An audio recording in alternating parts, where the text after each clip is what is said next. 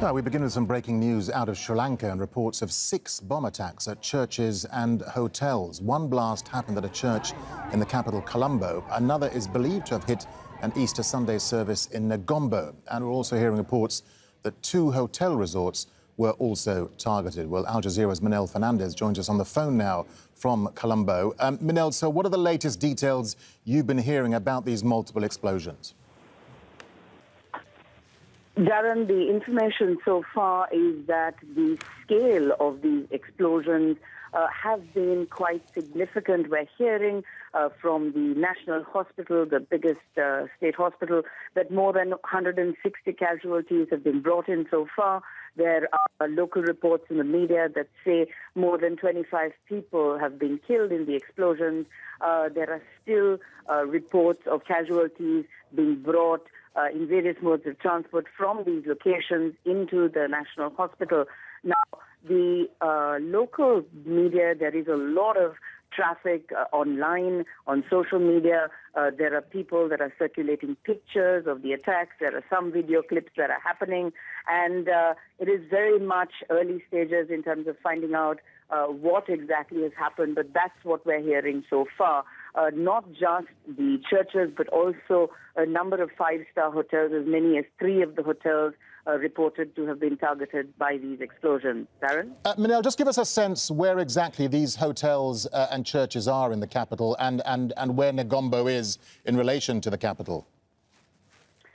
In terms of the bulk or the majority of the explosions, Darren, we're talking around the heart of Colombo. It's very much not just the commercial heart, but where you have all or many of the 5-star hotels all sort of dotted around a seafront esplanade, even the St. Anthony's Church, the site of one of the larger explosions we're hearing, bordering basically that coastal belt, all within a radius of a few kilometers. And this is what we're hearing has occurred. Now, the police seems to have cordoned off the area. People, obviously, there were hundreds of people, not just those who had gone to those churches for Easter Sunday services, people in the areas who had also flocked around as soon as these things occurred. We're hearing the police advising all the bystanders, everyone sort of crowding around the areas to be cleared, doing that, cordoning it off, because one of the local media stations has just reported that there may be the possibility of further explosions. There might be more explosive devices within the premises, and they have basically asked people to clear the area and taking steps to make sure that, to minimize casualties. Darren? And Manel, at this point, do we have any idea as to who is likely to be behind these attacks? That's the sort of concerning thing, Darren. I mean, at this stage, it's open-ended in terms of there are no obvious suspects. Sri Lanka in 2019 marks 10 years since the end of a very brutal conflict with the Tamil Tigers.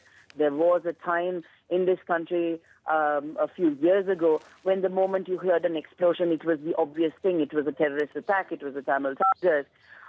With such a long time since the end of the war, the kind of decimation of the Tigers, it doesn't seem logical to assume that this is terrorist-related. However, we do not know. Sri Lanka also, Darren, has got a violent past. We had a number of militant insurgencies where there was a lot of violence. The political scenario has not been the nicest thing when you look at political rivalry. So it is very open-ended. People have no idea what to think at this stage. Yeah, Manel, I mean, there are some reports that suggest that this isn't the first time that churches have been attacked in Sri Lanka. What more can you tell us about that? Sri Lanka, in recent years, there have been some targeting of churches. Now, that's been on different scales. You had this backlash of sort of nationalist, extremist kind of targeting some of the conversions in churches. This is not only in Sri Lanka, it's been seen in other parts of the world, but a few years ago, we did have, for example, evangelical churches being attacked.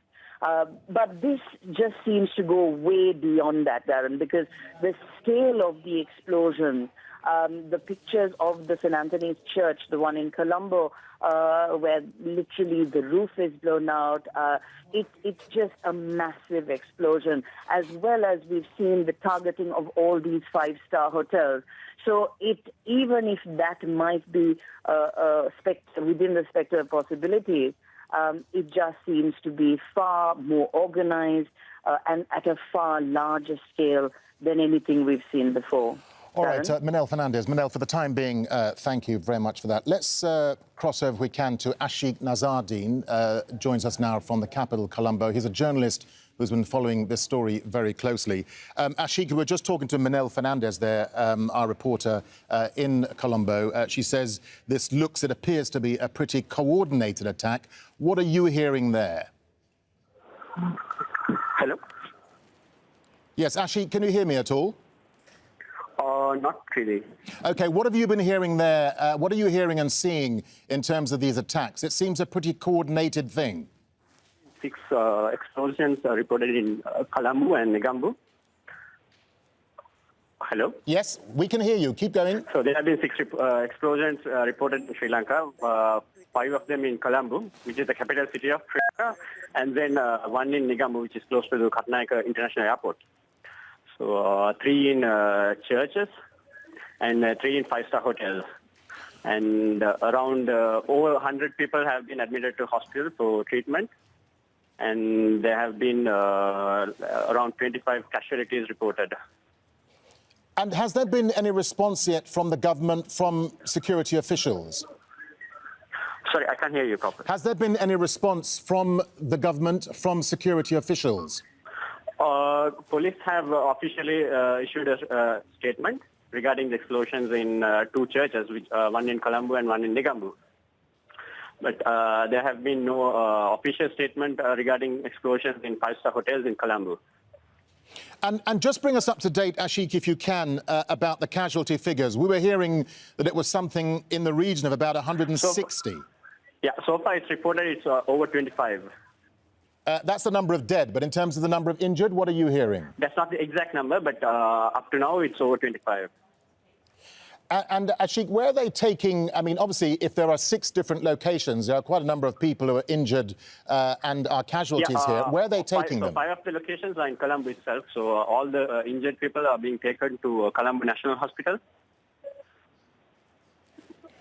Yes, and what about the hotels that reportedly have been attacked as well? Do we know where exactly these hotels are? There have been casualties in hotels as well. Sorry, Ashik, could you say that again? There have been casualties in hotels as well, and I just got reports from the site saying even 3 foreigners have passed away. Yeah, and can you tell us where these hotels are, which hotels they are? You want the names? Yes, please, if we can. Just as much detail as you've been hearing. One is Cinnamon Grand, Colombo, and then Shangri-La, Colombo, and then Kingsbury, Colombo, all within a 100-meter radius. OK, all right. Ashik Nazardine, for the time being, we'll leave it there. Let's cross back, if we can, to our reporter in Colombo, Manel Fernandez. Manel, we were just talking to Ashik Nazardine there. He's a journalist, and he's been giving us some updates. But just bring us up to date now on what you've been hearing in terms of the latest casualty figures, because the numbers seem to be varying in terms of those injured and those who've been killed. That's right, Darren. Obviously, very early stages as this kind of crisis unfolds in Colombo, in Sri Lanka. What we do know in terms of reports quoting hospital sources is that where fatalities are concerned, we're hearing that there are over 25 deaths. But in terms of the casualties, we still don't know. One of the reasons for the multiple numbers coming in is because with many of these locations, there are so many that there are still casualties being driven into the main national hospital, which is treating all of these people. So it keeps going up. So you do have breaking news updates on local media, people who are sort of passing on information on social media. So there are differing reports, not conflicting reports, but obviously a range of different numbers. We are hearing one official report from one of the TV stations, again citing hospital sources, which says there are over 180 casualties. We did hear from the person just a short while ago who said 400 casualties. Again, this is citing reports that are unfolding given the scale of these multiple explosions. Darren? Yeah, and Minel, so we know that some of the attacks took place in churches, some took place in hotels. This seemed to be very coordinated, as you were saying earlier on, very coordinated in its very nature. That's right, Darren, which is why, I mean, right now there's literally shockwaves going through the population in this country. We haven't seen anything of this scale or nature for years. And in terms of the way you saw these attacks unfold, it all started occurring mid-morning, right in the middle of Easter Sunday services. That was the first we heard, the two explosions in the churches. Subsequently, the rest of them all followed very closely. Within an hour or an hour and a half, we found these reports breaking that all these multiple locations had explosions, and basically the casualty numbers were building. So it does seem, which is why when we spoke earlier, talking of, who might be behind it, what is likely to be the cause. I mean, Sri Lanka, as we said before, has had a very violent past. This is not something new. We've seen multiple explosions. We've seen huge casualties. We're a country that have seen suicide bomb blasts. We've seen militant insurgencies. We've seen literally the works. But for many, many years, we haven't seen anything of this scale and of this nature, Darren. So that's why people are very concerned at this moment, trying to figure out what exactly is going on in this country. Darren? And Minel, we know that Easter Sunday, of course, is one of the major feasts in the Christian calendar. I mean, is there a sense that perhaps these attacks were time to take maximum advantage of the fact that people had gathered in churches? That definitely, in terms of you look at the choice of the locations, Darren, does kind of point to the fact that the churches were targeted. However, if you look at St. Anthony's Church, while being a very, very revered and sacred Catholic shrine, it is something that has appealed to Sri Lankans across the board. It is something that invokes a lot of piety among people of all different faiths, people for its reputation. There are people from all walks of life, from all different faiths of Colombo, that go regularly to the services at St. Anthony's Church. So while it was Easter Sunday, and it does appear that these were two locations that were targeted for the crowd, it could have basically directly targeted on an Easter Sunday. It, like I said, does seem far greater than that, much wider in terms of its reach and scale, Darren. Minel, what about the hotels in terms of those that were attacked? Where are they, and do we know which hotels they were? Yes, the reports basically that we have is they're all five-star hotels, again, within the sort of heart of Colombo, literally a kilometer or a little over that from the St. Anthony's Church. The three hotels, the Shangri-La Hotel, Sri Lanka's most recent five-star hotel, again on the seafront esplanade in Colombo. The other hotel, a hotel called the Kingsbury, again a five-star hotel built in partnership with Doka companies. And the third one is a hotel called the Cinnamon Grand. Now, people who have passed through Colombo would know these names because these are very much the leading five-star hotels in Colombo.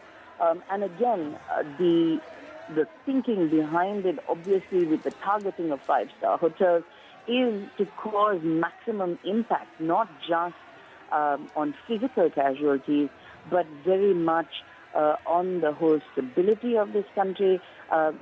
Which is why, people still scrambling and at loss to understand where this is coming from, Darren. All right, Minel Fernandez there in the Sri Lankan capital. Minel, for the time being, thank you for that.